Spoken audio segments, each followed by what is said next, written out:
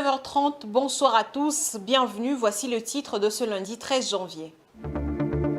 Grève des chauffeurs taxis ce lundi 13 janvier dans la capitale due au réajustement de la grille tarifaire par les autorités, une situation qui a mis en difficulté la mobilité des Quinois. Nous parlerons également de la rencontre entre le président angolais Joao Lourenço et son homologue Denis Sassou Nguesso. Au cœur de leurs échanges, le contexte sécuritaire en République démocratique du Congo où les efforts diplomatiques pour la paix se heurtent à d'innombrables écueils. Joao Lourenço dit ne pas vouloir baisser les bras. Tout de suite, les titres en détail.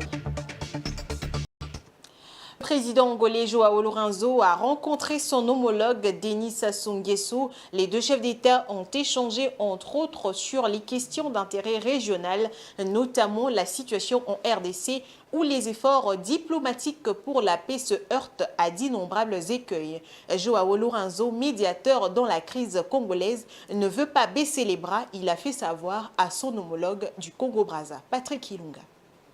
Le processus de Luanda au point mort, le médiateur Joao Lourenço ne s'avoue pas pour autant vaincu. Il croit encore à la chance d'une paix négociée entre le Rwanda et la RDC. Ensemble avec le président congolais Denis Sassou Nguesso, ils ont exprimé leurs profondes préoccupations face à la poursuite des combats malgré le cessez-le-feu signé le 4 août 2024 et les rencontres entre les délégations de la RDC et du Rwanda. Ils ont appelé les parties à maintenir et renforcer les initiatives favorables au dialogue et à soutenir les efforts de médiation. Le président Denis Sassou Nguesso a particulièrement salué l'engagement de son homologue angolais dans la recherche d'une solution à cette crise à travers le processus de Luanda. Le chef de l'État angolais Joao Lourenço a pour sa part informé son homologue de l'évolution de sa médiation et confirmé sa détermination à poursuivre cette mission dans le cadre du mandat de l'Union africaine. Face à l'urgence humanitaire, les deux hommes d'État ont lancé un appel à la communauté internationale pour une assistance accrue en faveur des réfugiés et déplacés internes en RDC. Les discussions ont également porté sur le dossier libyen. Le président Joao Lourenço a encouragé son homologue congolais dans sa mission à la tête du comité de haut niveau de l'Union africaine sur la Libye. Les deux chefs d'État se sont par ailleurs félicités des conclusions du 25e sommet de la Communauté économique d'Afrique centrale, tenu le 18 octobre 2024 à Malabo en Guinée équatoriale. Évoquant les échéances à venir, ils ont abordé la perspective du renouvellement des exécutifs en 2025 à l'Union africaine, à la Communauté économique des États d'Afrique centrale et aussi à la Conférence internationale de la région des Grands Lacs. Et pour en discuter, nous avons un intervenant dans ce journal. Il s'agit de Patrick Ilunga, journaliste à Géopolis. Bonsoir à vous.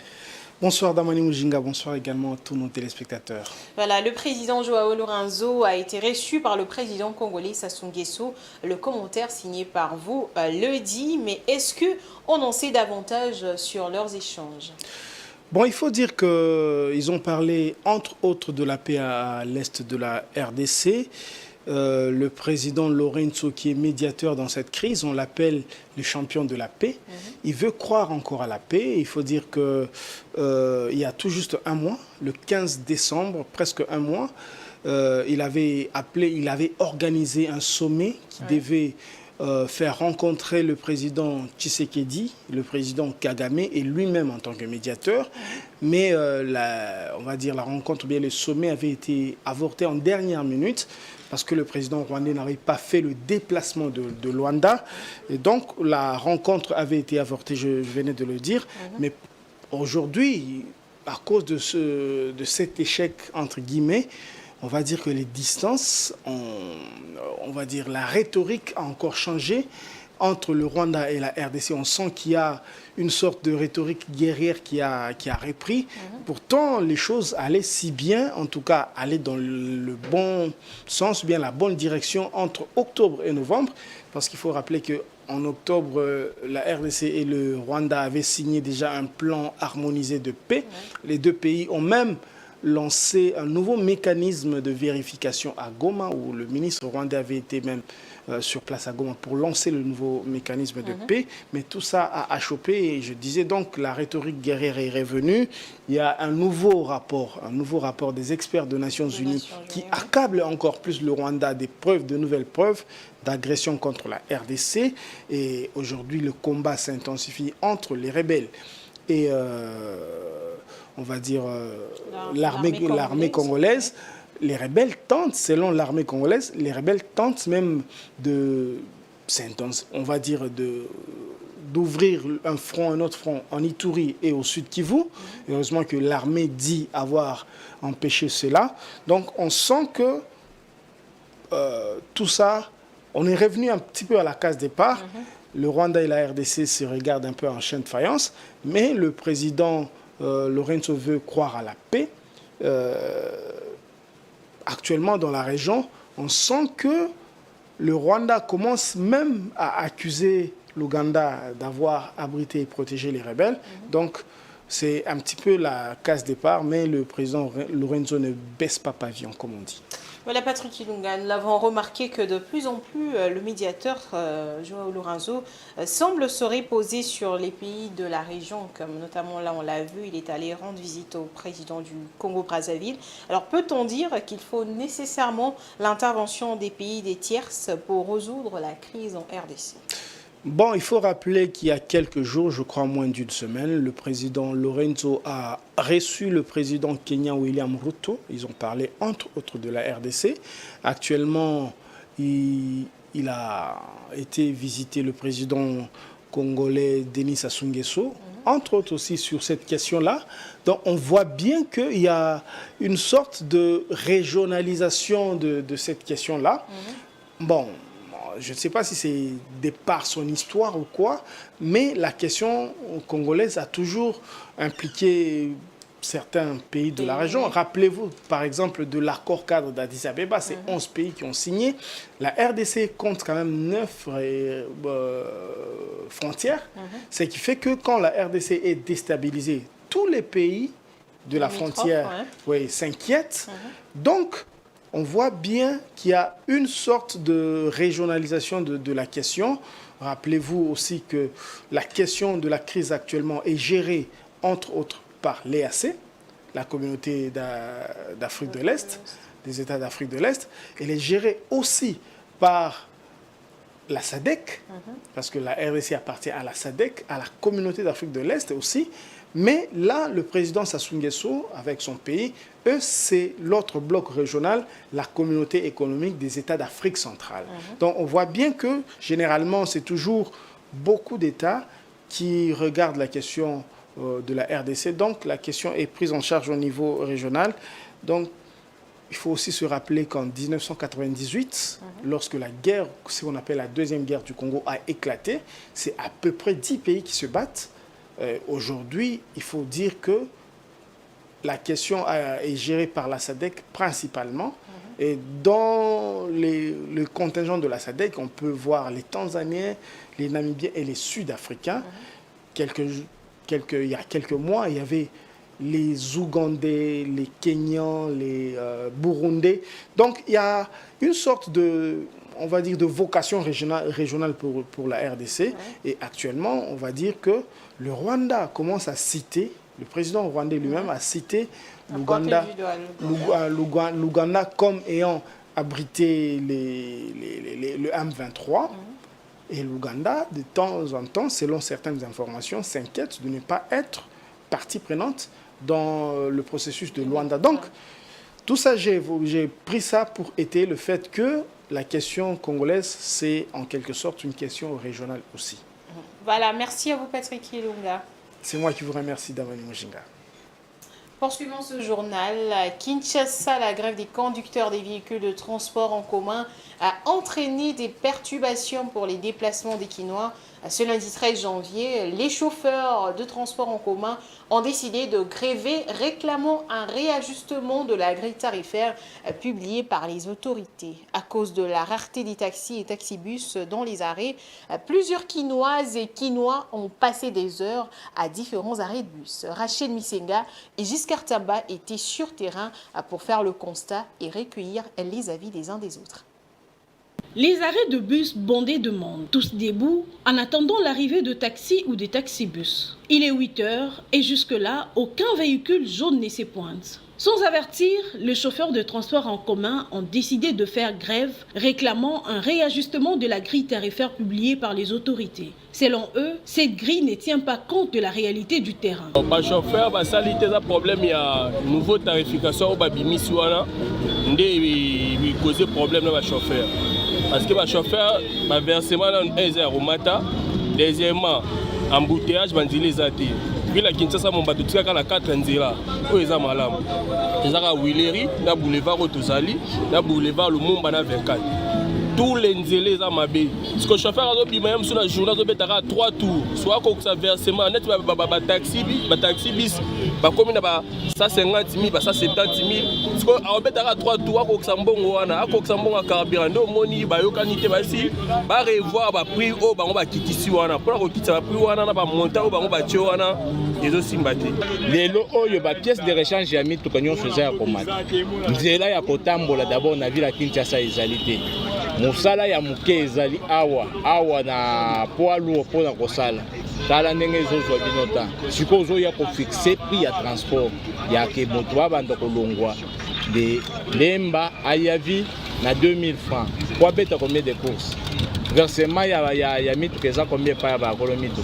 En tout cas, va revoir Makambo. Les agents de contrôle sur le terrain chargés d'éveiller au respect de la tarification de transport en commun réfutent catégoriquement les raisons avancées par le chauffeur. Le chauffeur a dit 7 000, 5 000. Qu'est-ce que tu fais ça combien? 35 000, 40 000. Tant que tu as 20 000, nous sommes 20 000. Si tu as 8 tours, 7 tours, tu as combien? Exemple, le sprinter, tu as 7 kits.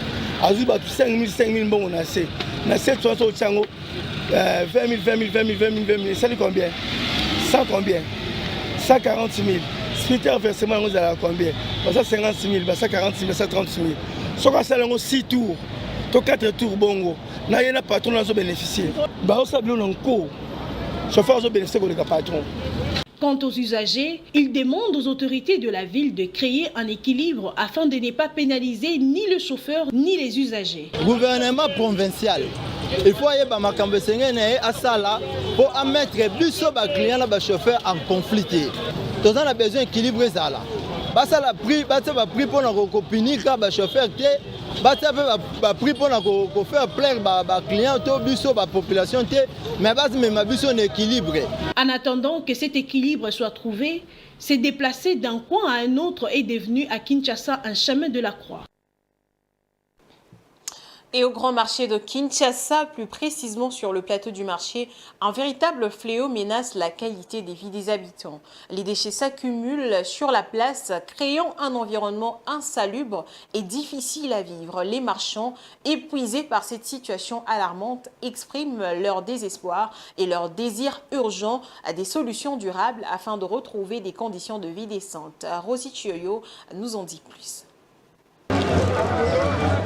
Au grand marché de Kinshasa, plus précisément sur le plateau du marché, la situation devient de plus en plus alarmante, marquée par une accumulation croissante d'immondices qui met en péril la qualité de vie des commerçants. Ces derniers expriment leur désespoir face à cette situation. Des restes alimentaires, des plastiques et divers détritus s'accumulent, attirant des nuisibles et dégageant des odeurs insupportables, selon les témoignages des marchands interrogés.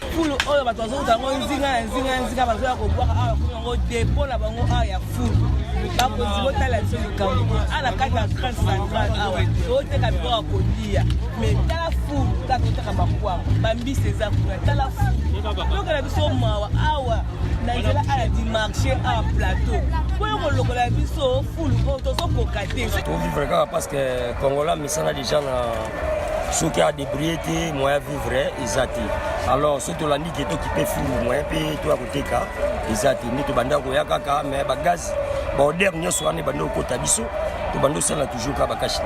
Les commerçants du plateau du marché se disent profondément préoccupés par cette situation. Certains ajoutent que la propriété du marché est un enjeu crucial pour leur activité, car cette situation dissuade certains acheteurs de s'y rendre.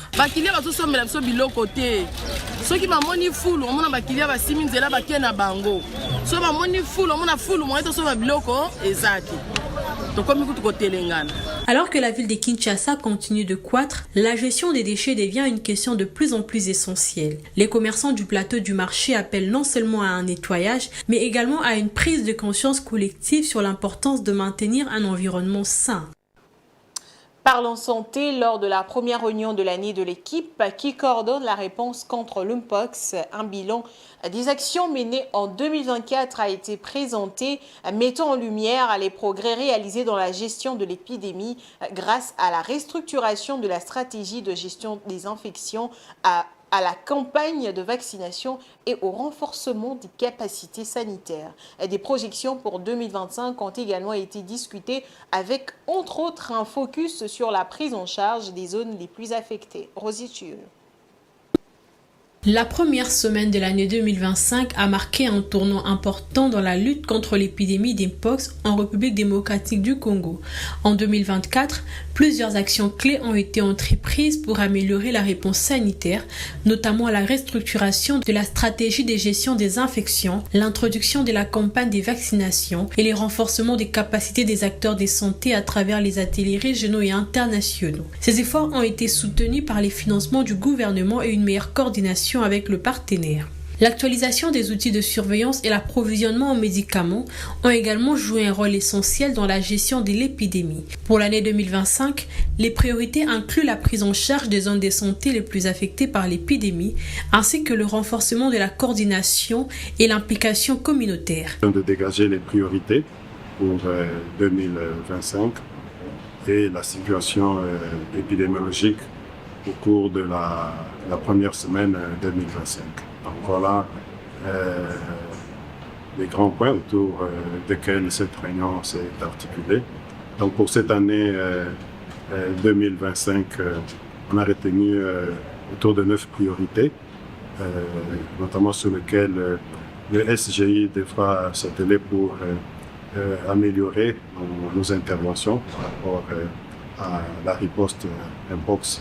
Et ces priorités partent de renforcer la surveillance, les mesures de prévention contre de l'infection. Il faut décentraliser davantage les laboratoires pour améliorer les testing et les infrastructures pour la prise en charge des cas. Et voilà, donc c'est autour de 9 priorités qui sont déclinées pour amener à renforcer, améliorer notre riposte pour cette année 2025. La RDC continue également de renforcer sa campagne de vaccination avec la réception des 50 000 doses supplémentaires. À ce jour, 124 943 personnes à Kinshasa ont déjà reçu leur première dose. Le dernier chiffre font état de 512 cas confirmés au laboratoire et 2318 cas suspects, soulignant la nécessité de maintenir les efforts de prévention pour endiguer la propagation de la maladie. Et alors que la santé publique est en crise dans plusieurs régions, le Nord Kivu, lui, est confronté à une situation humanitaire de plus en plus inquiétante. Thierry Moutindou, l'un des cadres de la jeunesse du territoire de Massissi et déplacé de guerre, alerte sur les conditions de vie de déplacés. Suivez ce commentaire de Francine Moukeba. Depuis le 1er janvier 2025, plus de 100 000 personnes ont été contraintes de fuir leur foyer dans les territoires des Massissi en raison des affrontements persistants entre les rebelles du M23 et les forces armées de la République démocratique du Congo. Cette nouvelle vague de déplacements s'ajoute à une crise humanitaire déjà complexe. Thierry Moutindou, l'un des cadres de la jeunesse du territoire des Massissi et déplacé de guerre, nous en dit plus. La situation des déplacés dans la partie du Nord Kivu, ici, chez nous, est une situation très catastrophique. Que ce soit à Goma, ici en ville, où les déplacés venus des territoires de Massissi, de Nyiragongo, ou encore de Rutshuru se trouvent, que ce soit à Minova au sud Kivu, à Bweremana ou à Lubero, dans des zones où on trouve beaucoup d'autres déplacés. C'est vraiment un drame humanitaire que cette guerre a créé. Ce drame est encore plus accentué dans les zones non accessibles. Comme vous le savez, il y a des zones qui se trouvent là où et les humanitaires et le gouvernement n'ont pas accès. Et ça fait que ces déplacés qui se dirigent vers ces zones-là vivent dans des conditions où ils n'ont aucune assistance. Ces déplacés font face à des défis énormes, manque d'eau, de nourriture, etc. Et les déplacés en général font face à des défis énormes, notamment des défis d'assistance en nourriture, des défis en termes d'abri adéquat, des défis en termes de médicaments, des défis en termes d'eau propre suffisante, ce qui met les déplacés à s'exposer à des risques de contamination. Les enfants ne vont plus à l'école. Comme vous le savez, les conditions dans plusieurs sites de déplacés ne permettent plus aux enfants d'étudier parce que les enfants ont pris telle direction contraire à la direction que leurs enseignants ont prise. Ça fait que cette catégorie des Congolais et l'avenir de demain soit en danger parce que depuis plus de 3 ans, par exemple, pour ceux qui sont venus du territoire de Rutshuru, ils n'ont plus étudié. Eh bien, la demande est de 2 ordres, parce que comme vous le savez, les déplacés qui ont quitté leur zone, leur village, ils n'ont rien amené. C'est des gens qui sont venus sans quoi que ce soit. Ils n'ont amené ni ustensiles de cuisine, ni habits, ni nourriture. Et donc, il y a un besoin d'abord d'assistance d'urgence. Et le deuxième besoin, c'est le retour de la paix. Depuis près de 3 ans, les Nord Kivu est le théâtre de violents affrontements opposant l'armée congolaise au M23, un groupe rebelle soutenu par l'armée rwandaise.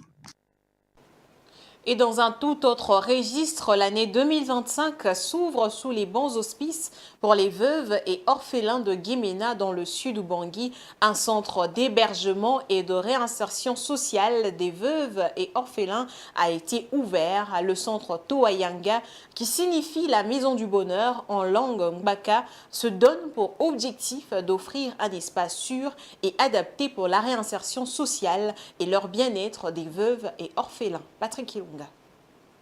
Cette structure de cœur qui vise à soutenir les veuves et orphelins devra accueillir dans un premier temps 50 veuves et 50 orphelins.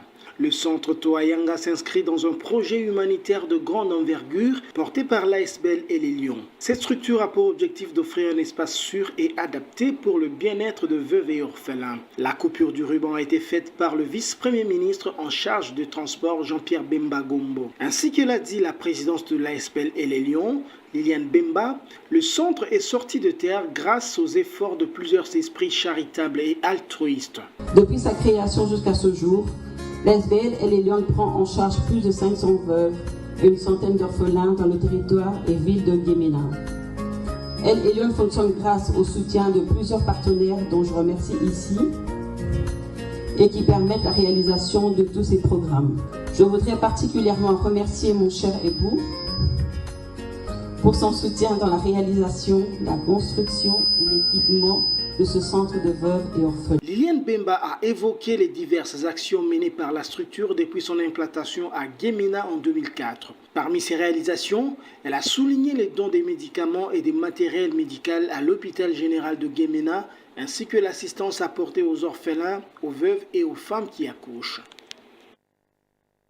Si certains retrouvent l'espoir dans la réinsertion sociale, d'autres subissent des déceptions, comme en témoigne l'élimination des clubs congolais en Ligue des Champions. Le tout-puissant Mazembe et l'AS Maniema Union ont été éliminés en phase de groupe de la plus prestigieuse compétition africaine des clubs. Blaise Kouzola. Il n'y aura pas de club congolais en quart de finale de la Ligue des Champions de la CAF. Les 2 représentants de la RDC, à savoir le TP Mazembe et Maniema Union, ont été éliminés de la prestigieuse compétition africaine de clubs. N'ayant pas enregistré au moins une seule victoire depuis le début de la phase de groupe, le Corbeau de Lubumbashi et les unionistes de Kindu étaient dans l'obligation de s'imposer lors de la 5e journée pour garder leur chance de qualification avant la dernière journée, chose que les 2 clubs n'ont pas réussi à faire. D'abord, le TP Mazembe s'est incliné 1-0 face à Mouloudia Club d'Alger vendredi 10 janvier dernier. Les hommes de Lamine Diaye sont bons derniers de leur groupe avec 2 points en 5 sorties, soit 2 matchs nuls, 3 défaites et aucune victoire. Les Corbeaux n'atteindront pas le quart de finale et ne font pas mieux que la saison passée où ils sont arrivés en demi-finale. De son côté, Maniema Union également est éliminé de la compétition après sa défaite enregistrée 1-2 face à Mamelodi Sundowns France le samedi 11 janvier au stade de Martyrs de la Pentecôte. Pourtant, les unionistes ont bien démarré la partie en ouvrant le score en première période grâce à Jefteki Tambala, mais les Sud-Africains vont renverser le match à 10 minutes du terme en inscrivant 2 buts, d'abord par Peter Chalulile pour l'égalisation, puis Exaucé Mwanda contre son camp pour donner la victoire aux visiteurs. Une élimination prématurée avant la fin de la dernière journée de la phase de groupe où les deux clubs congolais sont censés sauver leur peau le week-end prochain, d'abord pour Maniema Union face à Raja Casablanca à l'extérieur et Mazembe qui jouera Al Hilal de Jean-Florent Ibenge à Lubumbashi. Mais tout n'est pas perdu pour le sport congolais avec la belle victoire des Léopards U17 féminins face au Niger ce week-end. Les Léopards U17 féminins s'y sont imposés 2-0 face au Niger ce dimanche 12 janvier 2025 grâce à des buts d'Olive Mangika et Kabunga. Ce match comptait pour la manche allée des éliminatoires de la Coupe du Monde 2025. Toujours avec Blaise Kouzola.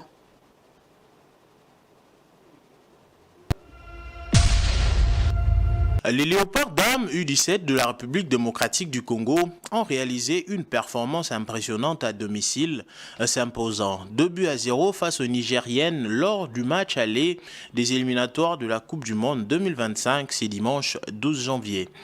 Ces matchs, qui s'est déroulé au stade de Martyrs, a vu les Congolaises maîtriser le jeu, démontrant une grande cohésion et une détermination sans faille. Olive Mangika a ouvert le score à la 31e minute, permettant à son équipe de prendre l'avantage. À peine la seconde mi-temps entamée, Kabunga a doublé la mise à la 55e minute, scellant ainsi le sort de la rencontre. Les Léopards ont su imposer leur jeu face à une équipe nigérienne qui a peiné à trouver ses repères tout au long du match. Cette victoire constitue un pas décisif vers la qualification pour la Coupe du Monde 2025. Les Congolaises se préparent maintenant pour le match retour prévu le dimanche 19 janvier prochain.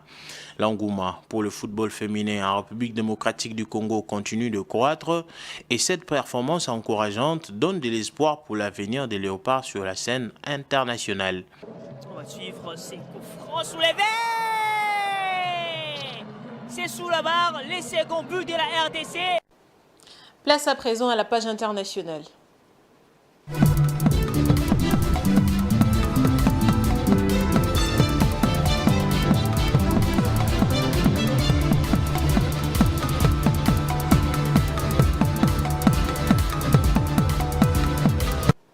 En Centrafrique, le secteur minier a représenté 46% des exportations et 1,6% des revenus budgétaires en 2022. Cette contribution économique pourrait être plus importante si certains problèmes du secteur sont réglés.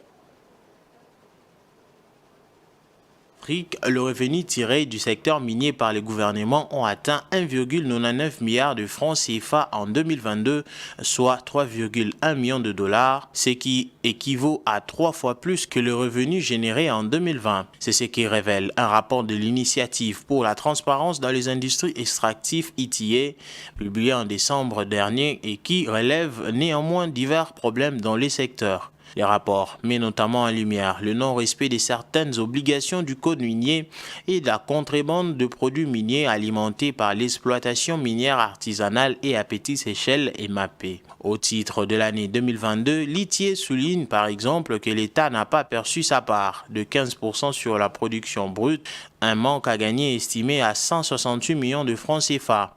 Cela peut s'expliquer par le fait que la participation minimale gratuite de 15% prévue pour l'État par le code minier ne soit effective pour aucune société extractive. Du côté de l'EMAP, le document note que cette activité reste majoritairement informelle, bien qu'elle mobilise plus de 62 000 travailleurs produisant de volumes significatifs d'or et de diamants chaque année. Ces caractères informels favoriseraient les blanchiments d'argent et un manque à gagner pour l'État en matière de revenus fiscaux. Au-delà de ces problèmes qui limitent la contribution du secteur minier à l'économie, la Centrafrique fait face à des défis dans la mise en œuvre de la norme ITA. Cela a conduit le conseil d'administration de l'organisation à suspendre le pays en novembre 2024 déplorant les insuffisances en matière de transparence et de participation de la société civile. Ces défis sont notamment liés au groupe paramilitaire russe Wagner, aujourd'hui Africa Corps, qui aurait obtenu des permis d'extraction d'or et des diamants par les biais d'entreprises sous son contrôle. Malgré tout, le processus de Kimberley a levé en novembre 2024 les dernières restrictions pesant sur les exportations des diamants du pays, saluant ainsi les efforts d'assainissement menés par le gouvernement.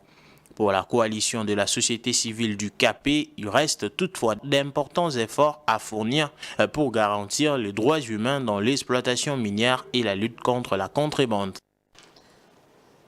De l'Afrique à l'Amérique, les catastrophes naturelles marquent l'actualité à l'image des incendies dévastateurs qui ravagent actuellement Los Angeles. 24 personnes sont mortes et les flammes continuent de ravager la ville, compliquant les efforts de secours en raison des conditions météorologiques défavorables. Face à cette catastrophe, la solidarité des habitants se renforce avec des initiatives communautaires pour soutenir les victimes, offrant refuge et assistance aux déplacés tout en témoignant d'une résilience collective face à l'adversité.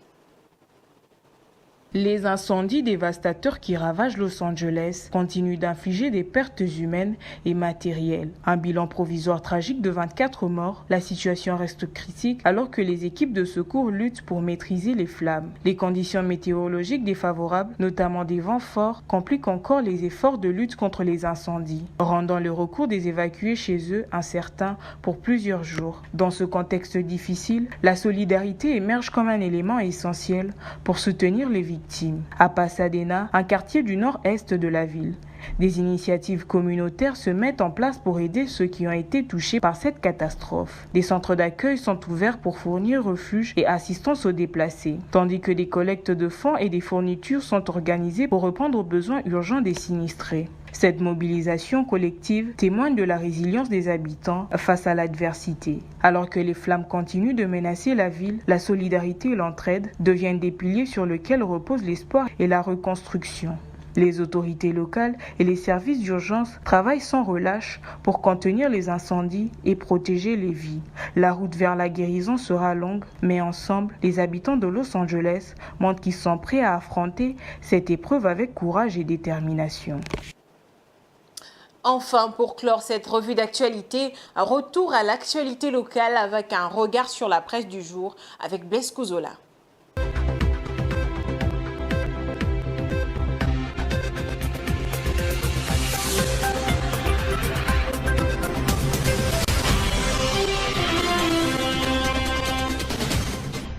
Bonsoir.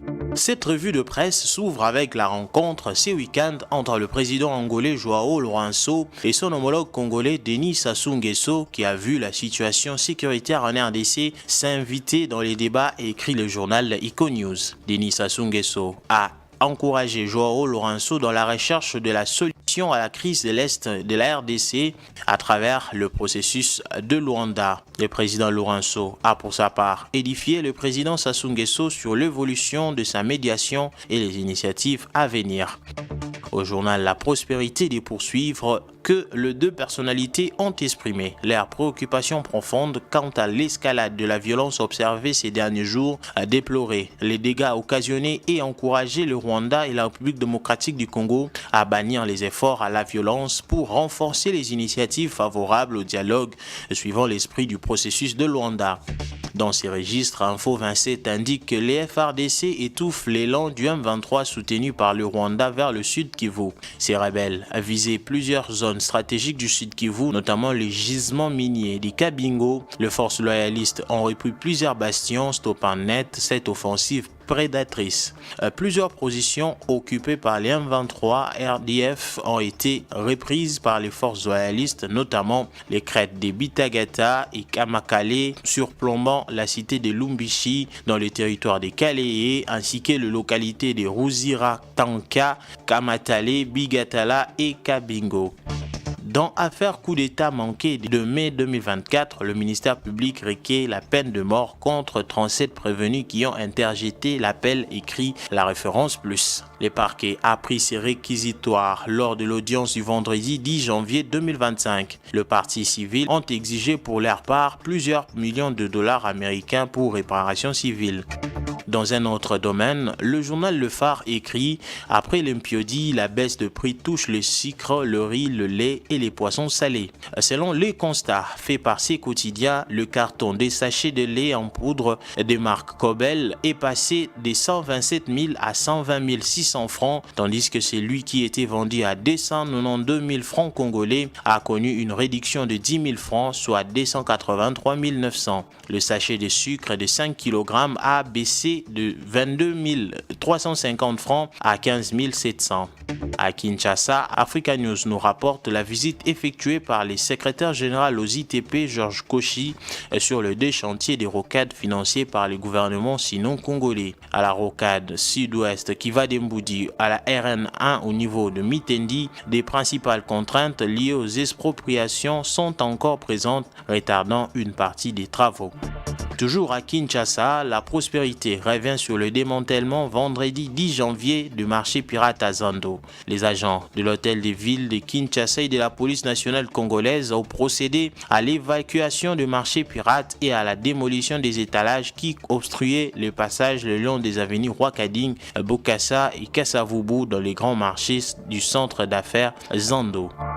Les tabloïds Le Journal renseignent que malgré que l'exécutif provincial venait de prendre une nouvelle grille tarifaire, le transporteur privé campe sur leur position et défie le gouvernement de Kinshasa. Les transporteurs privés, en complicité avec le membre de l'Achako commis dans le parking à travers la ville, continuent à fixer le prix à leur manière. Jusque-là, le nouveau tarif de l'hôtel de ville n'a pas encore atteint 20% des transporteurs qui les respectent à la lettre. Les populations crient à l'intervention des autorités de la ville.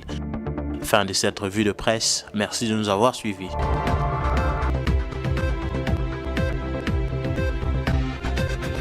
Ce journal est terminé, mesdames et messieurs. Je vous rappelle les différents titres. Grève des chauffeurs taxis ce lundi 13 janvier dans la capitale due au réajustement de la grille tarifaire par les autorités, une situation qui a mis en difficulté la mobilité des Kinois. Vous avez également suivi la rencontre entre le président angolais Joao Lourenço et son homologue Denis Sassou Nguesso. Au cœur de leurs échanges, le contexte sécuritaire en République démocratique du Congo, où les efforts diplomatiques pour la paix se heurtent à d'innombrables écueils. Joao Lourenço dit ne pas vouloir baisser les bras. Vous avez suivi les détails dans cette édition. Ce journal est terminé, mesdames et messieurs. Merci à vous de faire confiance à Géopolis Télévision. Je vous dis au revoir et on se retrouve à demain à la même heure.